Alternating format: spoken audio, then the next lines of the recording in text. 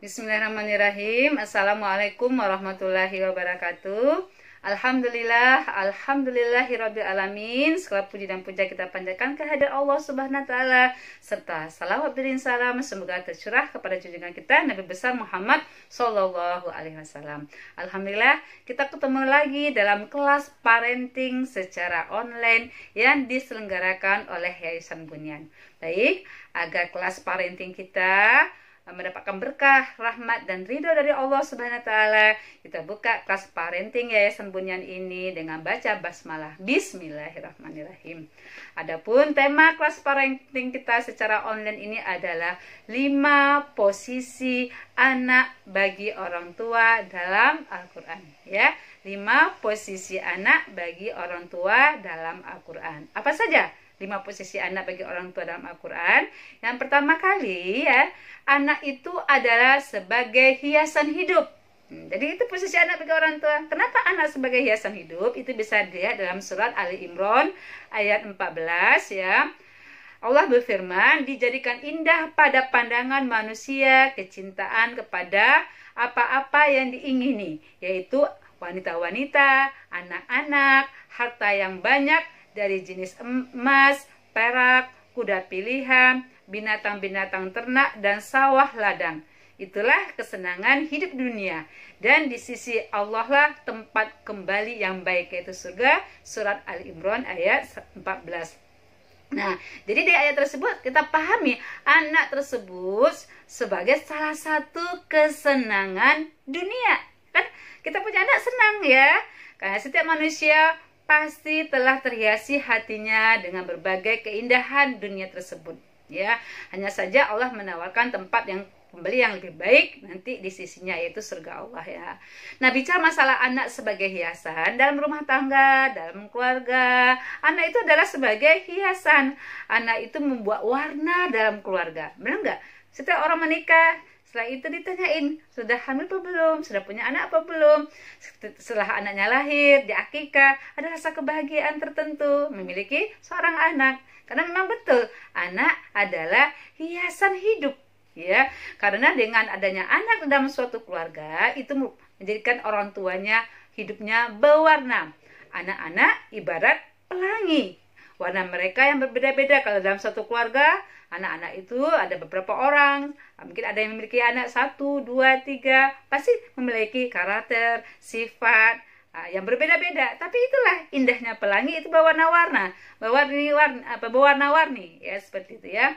Nah, warna mereka yang berbeda-beda membuat suasana rumah menjadi begitu indah dipandang mata. Kehadiran mereka selalu dinantikan, terlihat jelas di pelupuk mata orang tuanya melihat pelangi itu. Apabila saat pelangi itu ada di tempat yang jauh, sehingga kerinduan pada anak-anak begitu memuncah, ya. Jadi kalau pas kita memiliki anak, kebetulan anak itu jauh, ya, mungkin karena dia udah besar kuliah atau udah kos di tempat jauh gitu, ya, pasti ada kerinduan, ya, rasa kangen dengan anak. Memang begitu, anak ya hiasan bagi orang tua, ya, adalah sesuatu hal yang menjadi warna indah dalam kehidupan orang tua dan kehidupan keluarga, ya. Anak-anak, ya, memang indah, ya. Keindahannya tak tergantikan oleh apapun. Gerak mereka, ya, kita lihat gerak mereka, suara mereka, raut wajah mereka, tingkah laku mereka, tertawa mereka, tangis mereka, rengekan mereka, manja-manja mereka dengan kita, itu ihsan bagi orang tua. Masya Allah, itu ya, posisi anak bagi orang tua dalam Al-Quran. Yang pertama adalah sebagai hiasan hidup. Yang kedua adalah anak sebagai cobaan hidup. Bisa anak jadi sebagai cobaan hidup. Kenapa? Anak bisa dikatakan cobaan hidup itu dalam surah Al-Anfal ayat 28. Dan ketahuilah bahwa harta dan anak-anakmu hanyalah sebagai cobaan, dan sesungguhnya di sisi Allah lah pahala yang besar. Kemudian dalam surah At-Taghabun juga ayat 15 Allah mengatakan, sesungguhnya hartamu dan anak-anakmu hanyalah cobaan bagimu, dan di sisi Allah lah pahala yang besar. Jadi posisi anak bagi orang tua dalam Al-Quran yang kedua adalah anak bisa sebagai cobaan hidup, ya. Kenapa anak bisa jadi cobaan hidup, ya? Karena misalnya kita harus berhati-hati. Keindahannya itu jangan sampai membuat kita lalai. Keindahannya itu membuat kita tidak mendidik anak. Kita sayang dengan anak kita, ya. Kita saking sayangnya kita memanjakan, kita tidak mendidiknya, tidak mengarahkannya, tidak ada pendidikan dalam keluarga, itu membuat lalai. Bahkan kalau anak itu salah didik, ya salah pendidikannya, tidak diarahkan, akhirnya anak itu akan menjadi cobaan bagi dia. Anak itu akan menjadi cobaan yang akhirnya apa? Yang akhirnya membuat dia itu jauh dari Allah. Ya, mungkin anak diberikan sesuatu hal yang terlalu berlebihan, dimanja. Ketika orang tua tidak memiliki, akhirnya orang tua nekat melakukan apa saja, ya, sehingga untuk memenuhi kebutuhan anak yang disayangnya. Nah, itu juga menjadi cobaan, ya, hidup bagi orang tua kalau anak menjadi sesuatu hal yang melalaikan. Oleh karena itu penting bagi kita menjaga, mendidik, memelihara anak-anak kita. Kemudian juga mungkin ada juga ya posisi yang ketiga, anak bagi orang tua dalam Al-Quran, anak itu ada juga anak yang lemah, ya. Nah, ini dalam surah An-Nisa ayat 9, ya, Allah mengatakan, dan hendaklah takut kepada Allah orang-orang yang seandainya meninggalkan di belakang mereka anak-anak yang lemah, yang mereka khawatir terhadap kesejahteraan mereka. Oleh sebab itu, hendaklah mereka bertakwa kepada Allah dan hendaklah mereka mengucapkan perkataan yang benar. Nah, jadi orang tua harus memperhatikan benar generasi setelahnya. Jadi dia punya anak, dan anak-anak itu harus diciptakan anak yang kuat, bukan anak yang lemah. Anak-anak yang diciptakan menjadi anak-anak yang mandiri, anak-anak yang kuat, anak yang kreatif. Jangan sampai anak-anak itu mengandalkan harta orang tuanya.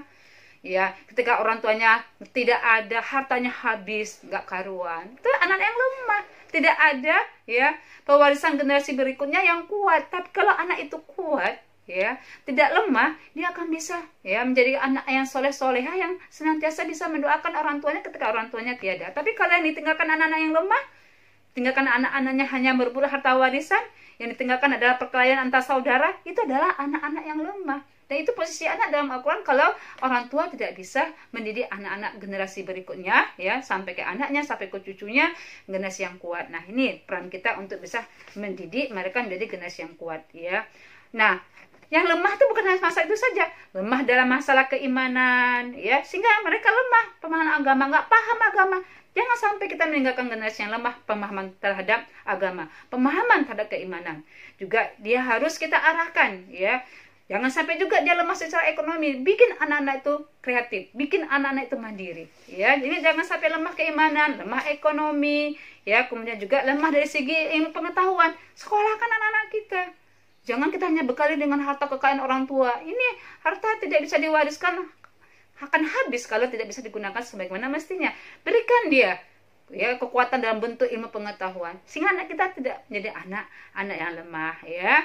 Kemudian juga kita juga harus menyiapkan fisik yang kuat juga bagi anak kita, ya, dengan makanan yang bergizi, ya, dengan pola hidup yang sehat, apalagi masa pandemi sekarang ini, ya. Itu posisi anak yang ketiga, bisa jadi anak itu menjadi anak yang lemah, ya, kalau orang tuanya tidak bisa mempersiapkan anak-anak yang kuat dan mandiri. Kemudian yang keempat, nah ini posisi anak yang keempat bagi orang tua dalam Islam, bisa jadi anak jadi musuh. Na'udzubillah summa na'udzubillah. Ya, Allah mengatakan dalam surah At-Taghabun ayat 14, hai orang-orang mukmin, sesungguhnya di antara istri-istrimu dan anak-anakmu ada yang menjadi musuh bagimu. Maka berhati-hatilah kamu terhadap mereka. Dan jika kamu memaafkan dan tidak memarahi serta mengampuni mereka, maka sesungguhnya Allah Maha Pengampun lagi Maha Penyayang. Ini sangat mengerikan kita kalau baca ayat ini. Kalau anak bisa menjadi musuh. Lihat bagaimana ya yang namanya cerita Nabi Nuh, ya, yang Kan'an, yang anaknya bisa jadi musuh, yang tidak mau menerima ajakan ayahnya untuk menyembah kepada Allah, ya. Nah, ini kita harus berhati-hati, ya. Sangat mengerikan kita membaca ayat ini. Nah, Allah memerintahkan kepada orang tua berhati-hati terhadap anak. Karena sebagian mereka akan jadi musuh, ya, bukan menjadi penyejuk hati, penyejuk mata atau hiasan, malahan sebagai musuh yang kadang-kadang menjatuhkan orang tua, yang buat orang tua sedih, yang menyakiti orang tua, ya, yang akan menjadi beban orang tua, akan memberikan kesedihan, memberikan kesengsaraan, akan menjadikan ketakutan bagi orang tua. Banyak kan sekarang orang tua pada takut dengan anaknya galak-galak, udah besar dididik, disekolahkan tinggi-tinggi, udah besar kurang sopan santunnya, kurang cara menghargai orang tuanya, naudzubillah. Jadi ayat ini ngeri. Makanya kita jadikan anak-anak kita tadi, jangan sampai dia lemah keimanannya, jangan sampai lemah pemahaman agamanya. Kalau lemah pemahaman agamanya, dia akan jadi musuh. Dia akan tidak berkarakter, tidak berakhlak. Naudzubillah menjadi. Jadi kita ciptakan anak-anak yang kuat. Kita ciptakan anak-anak yang mandiri. Kita ciptakan anak-anak yang bisa jadi qurratul aini kita, mata kita, ya. Kita ciptakan juga anak-anak bukan sebagai musuh, tapi menjadi anak-anak yang sebagai pendukung keimanan kita kepada Allah Subhanahu wa taala. Dan yang terakhir, nah ini dia ya, posisi anak bagi orang tua dalam Al-Qur'an adalah anak yang baik, anak yang menyejukkan pandangan mata, anak yang menyenangkan hati orang tua. Makanya kan doa kita kan Rabbana hablana min azwajina wa dzurriyyatina qurrata a'yun waj'alna lil muttaqina imama. Jadi anak ini yang kita minta kepada Allah. Makanya seorang orang tua ya, kita banyaklah berdoa kepada Allah ya. Anak-anak kita adalah milik Allah. Anak-anak kita hanya dititipkan kepada kita, diamanahkan kepada kita. Tapi yang memegang hati, yang berdaulat penuh terhadap anak-anak kita adalah Allah. Minta kepada pemiliknya. Jadikan anak-anak kita nih ya Allah, anak-anak qurratul aini, anak-anak penyejuk mata, penyejuk hati kita, anak-anak yang mendukung keimanan kita kepada Allah, anak-anak yang selamat di dunia ini juga selamat di akhirat, anak-anak yang kita lahirkan dalam rahim kita, anak-anak yang kita besarkan dengan penuh kasih sayang, anak yang berkumpul di dunia juga insya Allah berkumpul nanti di surga firdaus Allah. Mungkin itu dulu yang bisa saya sampaikan ya. Tema ini adalah 5 posisi anak bagi orang tua dalam Al-Quran. Mudah-mudahan keluarga kita adalah keluarga yang bahagia dunia akhirat. Kita menjadi orang tua yang bisa mendidik anak-anak kita menjadi anak yang kuat, anak mandiri, anak yang soleh, solehat, sehingga bersama-sama masuk surga firdaus Allah nanti. Amin, amin. Ya Rabbal Alamin. Alhamdulillah fala takunna muntarin. Mudah-mudahan kelas parenting kita ini bermanfaat buat ibu-ibu semua yang mendengarkannya, dan mudah-mudahan kita diberikan kekuatan, keistiqomahan dalam mendidik anak-anak kita. Saya mohon maaf lahir dan batin atas kesalahan dan kekurangan yang ada. Saya tutup membaca hamdalah alhamdulillahil alamin. Assalamualaikum warahmatullahi wabarakatuh.